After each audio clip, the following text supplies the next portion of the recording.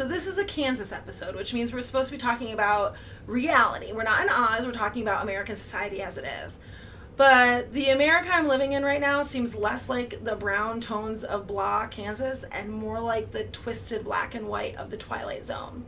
So today I'm going to talk about fear. And I know Americans are afraid of a lot of things, from global warming to respiratory illness. But today I'm going to talk about the five fears that I believe are contributing to this feeling that I have of living in an alternate reality. One, we're afraid to hurt other people's feelings. And this isn't afraid to offend people we know who will be offended. This is afraid of hurting the feelings of the people we like, of our friends and family. We're afraid of causing arguments, of destroying relationships. And this is new. This is a new kind of fear. And it's kind of built out of these other fears I'm going to talk about in a minute. But that's the fundamental fear. We're not speaking up. We're afraid of losing relationships. We're afraid of hurting feelings. Because we are. Number two, we are afraid of other Americans. Americans are afraid of other Americans.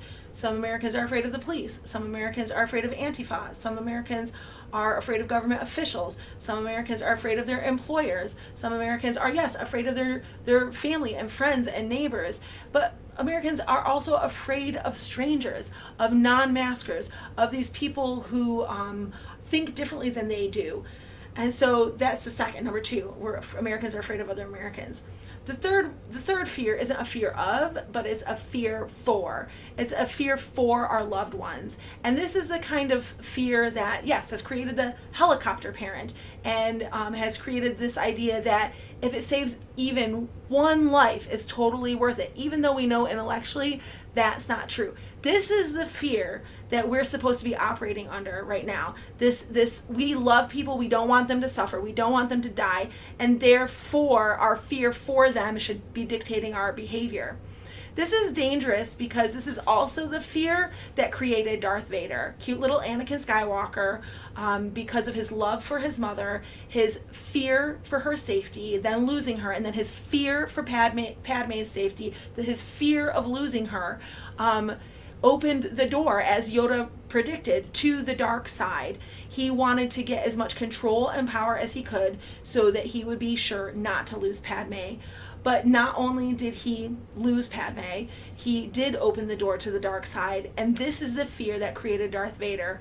And I see this fear permeating society today, because even if it's not how we think we feel, this is the fear, this concern for others, which is really just concern for your own loved ones in a selfish way, is supposed to be dictating our behavior.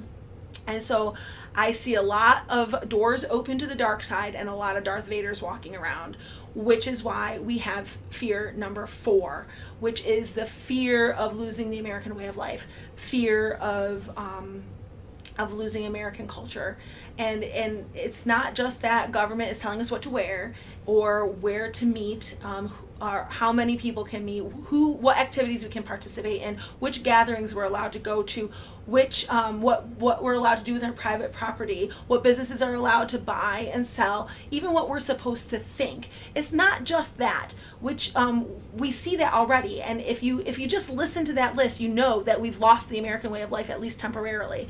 But it's not just that. There are people pulling down historical monuments, trying to erase American history, and worse, trying to rewrite American history to say that our fundamental principles and values like natural rights, equal opportunity, fundamental liberty, and this pursuit of an achieving an abundant and fulfilled life, that these principles are somehow founded on something evil. Yet these are principles that until 2020 most Americans held dear. So this is actually the one fear I'm listing today as justified, because unless we see a reversal of this, I think that's a fear that could be realized.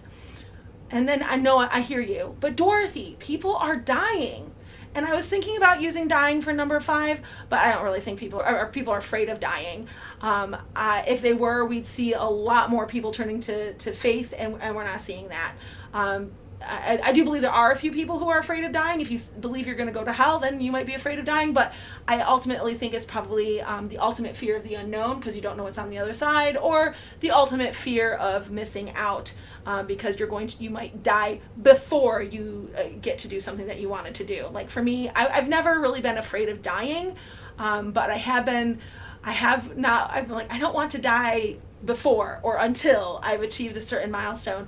And so I understand that idea of the ultimate fear of missing out, the ultimate FOMO. But I do think that people don't want to suffer. I think people are afraid of suffering. And so I'm going to put up that fear as number 5, the fear of suffering. No one wants to suffer. But the reality is you cannot experience a full and abundant life if you've never experienced suffering. Suffering contributes to happiness in ways that only those who have suffered can truly understand. And yet intellectually we know this. The beauty that we find in the light we see because we've been in darkness. The next breath we take is more valuable after we felt like we were drowning or we felt like we couldn't breathe.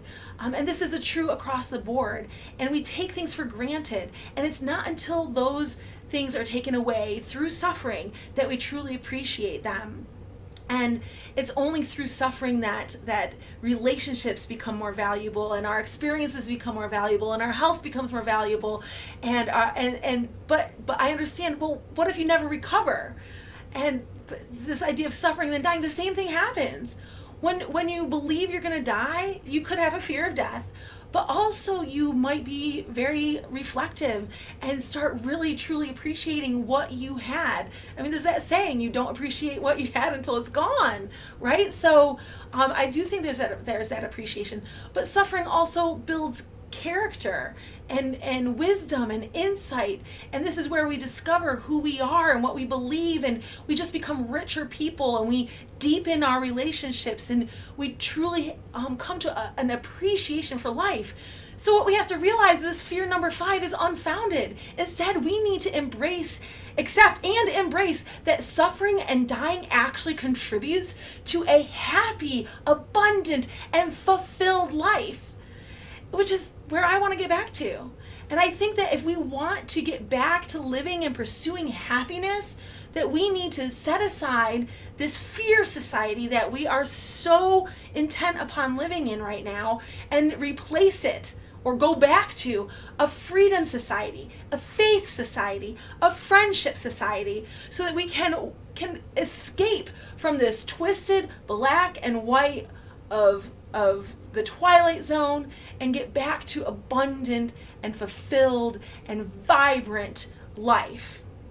The question becomes, what are you willing to do, and what are you willing to risk to get there? This is The World According to Dorothy. Please subscribe and share.